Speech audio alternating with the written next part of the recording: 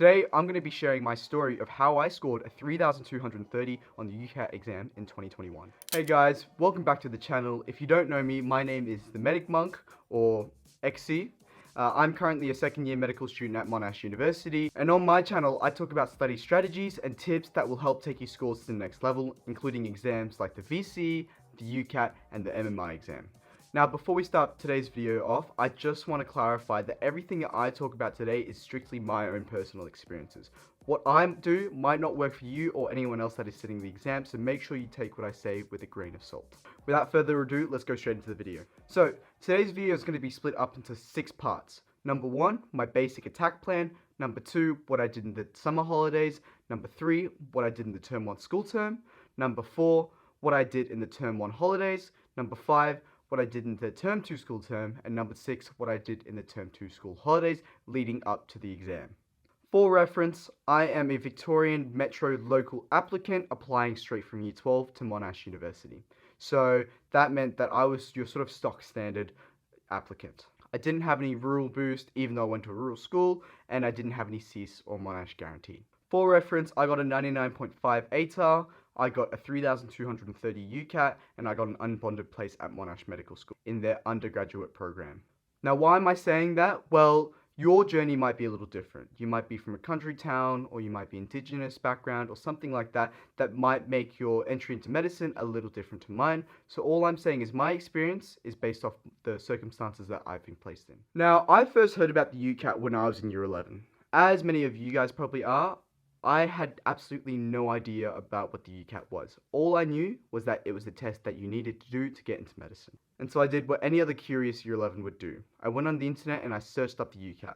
My first few weeks in the summer holidays, just before Christmas, was spent purely finding out what the UCAT was and what the best resources out there were. I spent countless hours searching up what's the best strategies, what are the best resources, is there any tutors I should go to, when's the exam, how long is the exam, all that information in the first 2 weeks that I investigated the UCAT. These online resources included places like Med Students Online, the UCAT Reddit, and the UCAT Discord, which I'm still in to this day. I remember specifically looking on websites like Med Students Online and looking at things like, what is a good UCAT score? Where can I apply with medicine? It's these things that are really, really important because you don't want us to go into the UCAT thinking that you're able to go do any medical degree all around Australia with just doing the UCAT. After these first 2 weeks of research, I went into my strategy and I formed an attack plan. Now, the first thing I did was I got a 12-month subscription for Medify. Why Medify over MedEntry? I'm not too sure actually. At the time, I think MedEntry was only a slight bit more expensive and they're around the same quality. And looking back at it retrospectively, I've now made a video comparing all of the resources that you can get for the UCAT and which one is the best. And I've found out that overall, Medify and MedEntry are very similar. So it probably doesn't matter what you get. Do I think I would have gotten a high score with MedEntry? Probably not. Probably around about the same. Anyways, so I got a 12-month subscription of Medify and I started doing questions. I first did the diagnostic mock exam and then I did a few VR questions, then I do a few AR questions and all that sort of stuff, and I just did random questions. I did this without direction, without really considering what went right and what went wrong, and I did it for one purpose only. And that purpose was to find out what the UCAT was and what it felt like. I could definitely tell straight off the bat that the UCAT was not like any other exam. I mean, part of me was thinking questions like, can I highlight certain bits of the exam?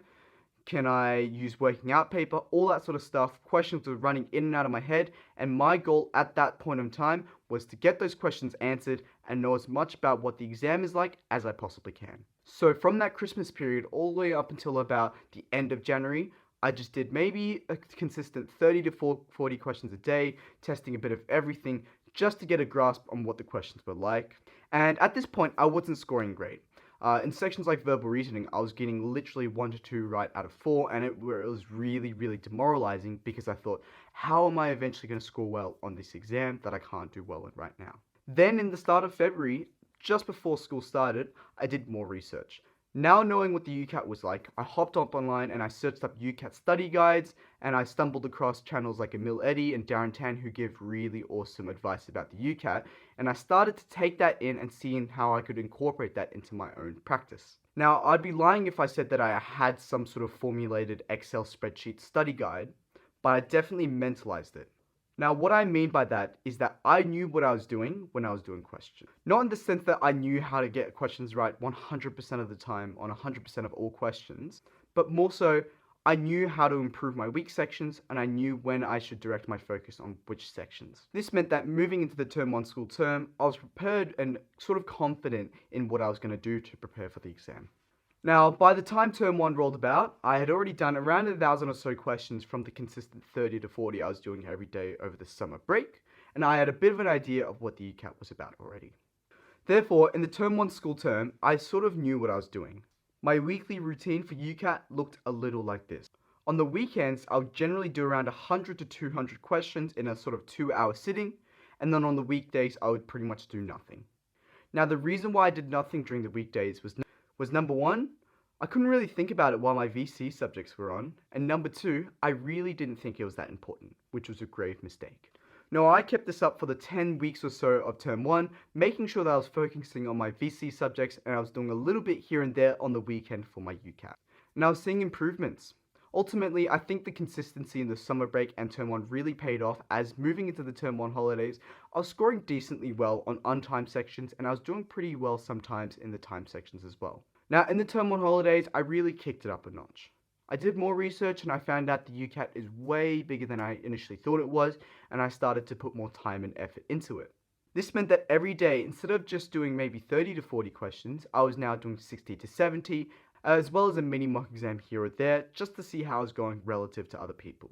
Now, in the term 1 holidays, I really kept this up every single day and I made sure I was really diligent and on top of the work. This was also partially because I was a bit disappointed in my term 1 SAC results. Moving into term 2, I knew that I couldn't keep this up, so I then dialed down a little bit. I took the limited time I had to practice on the weekends and a day or two during the week to really target my weak sections. Those were verbal reasoning and abstract reasoning. I made sure I did a disproportionate amount of questions and I focused on my weak points instead of my strong points, which were QR and DM at the time. This was probably the second best thing I did because it allowed me to really improve in my weak sessions and get more confident with what I was bad at, boosting my overall confidence moving into the exam.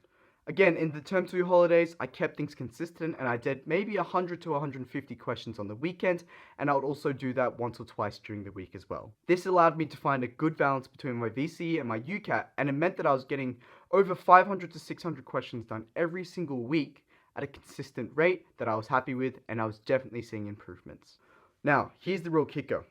The term 2 school holidays. That is where I did the majority of my practice.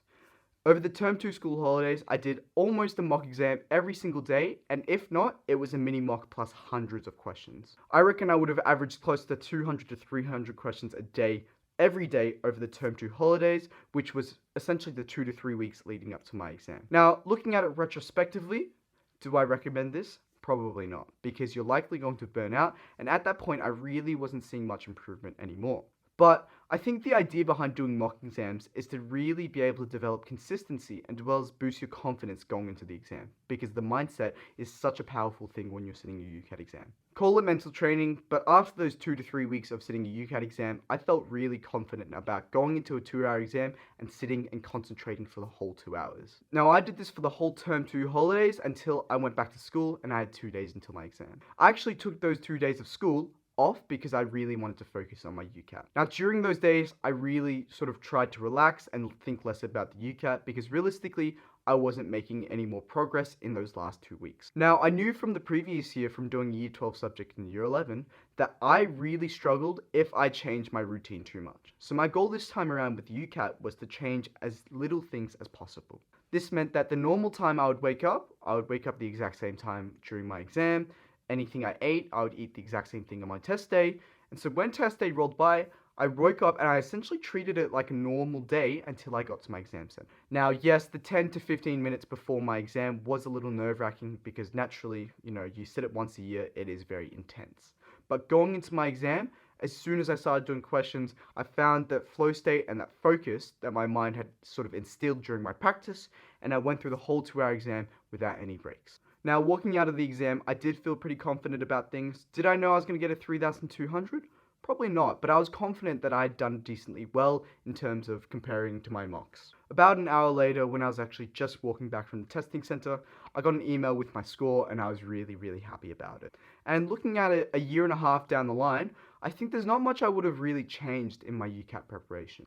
Obviously, little things here and there, like making it a bit more consistent during the school term, as well as potentially dialing it down a little bit in the term 2 holidays. I think overall, my approach to the UCAT was very successful. Again, what worked for me might not work for you or anybody else, so please do take what I say with a grain of salt. Now, looking back at it retrospectively as someone who's already done the exam, what I would recommend you guys do is to just keep it consistent. No matter what you do, whether it's 10 questions a day or 100 questions a day, do it every day and make it a habit. Because once you do that, it's like going to the gym. You might not see results from today compared to yesterday, but over large amounts of time, you will see results and improvement from where you are now compared to where you were 6 months ago. Aside from that, my other piece of advice would to be just focus on your weak sections. QR was my strongest section, and as a result, I only did maybe 1/10 of the questions they were on Medify. This meant that I could direct that studying time towards other subsections that I could actually have a tangible increase in. And that's pretty much it. That's my journey of how I scored 3,230 on the UCAT. If you enjoyed today's video, please consider subscribing and dropping a like down below, and if you have any questions, leave it in the comment section below. Otherwise guys, thanks for watching, and I'll see you guys next time.